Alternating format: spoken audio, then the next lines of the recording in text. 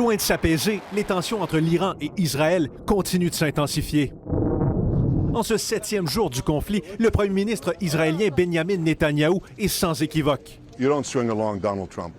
He knows the game. Donald Trump connaît les règles du jeu, dit-il. Je pense que nous sommes tous deux fermement engagés à faire en sorte que l'Iran n'obtienne jamais l'arme nucléaire. Good afternoon, everyone. Car en début d'après-midi, une grande question demeurait. Les États-Unis passeront-ils à l'action? I will make my decision whether or not to go within the next 2 weeks. Peut-être que oui, peut-être que non, répond la porte-parole de la Maison-Blanche. Le président évoque une décision d'ici 2 semaines. La négociation demeure une option. Iran can and should make a deal. We sent a deal to them that was practical, that was realistic, or they will face grave consequences. Whether or not you support the U.S. directly striking Iran in the goal of diminishing their nuclear capacity. And say the following, which is that the prospect,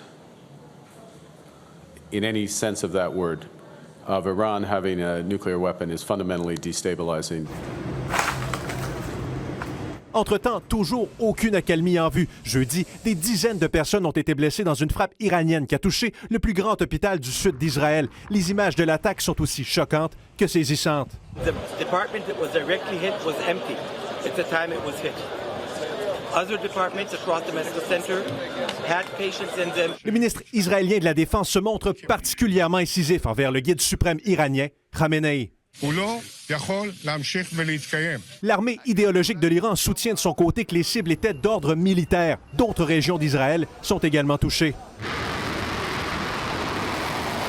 En Iran, plus de la moitié des lanceurs de missiles ont été détruits, selon Netanyahou. Des dizaines de sites militaires ont été visés ces dernières heures, dont un réacteur nucléaire inachevé à Arak. La priorité doit être d'escalade. On demande à toutes les parties d'avoir le restreint maximum. Des pays comme la Chine et la Russie appellent à la fin des hostilités. Tout ça alors que des ministres européens doivent se réunir vendredi à Genève, rencontrer leur homologue iranien. L'espoir d'une issue diplomatique demeure. Andy Saint-André, TVA Nouvelles.